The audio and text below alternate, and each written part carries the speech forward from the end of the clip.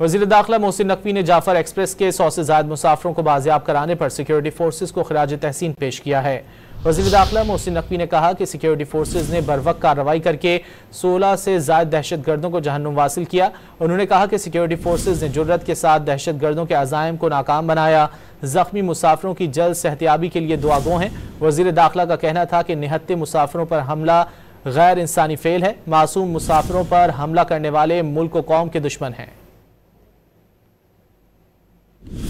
वज़ीर दाखिला मोहसिन नकवी ने जाफर एक्सप्रेस के 100 से ज़ायद मुसाफिरों को बाजियाब कराने पर सिक्योरिटी फोर्सेस को खिराज तहसीन पेश किया है।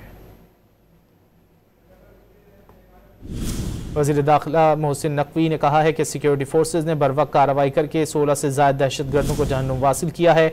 उन्होंने कहा कि सिक्योरिटी फोर्सेज ने जुर्रत के साथ दहशत गर्दों के अज़ाइम को नाकाम बनाया। जख्मी मुसाफिरों की जल्द सेहतियाबी के लिए दुआ गो हैं।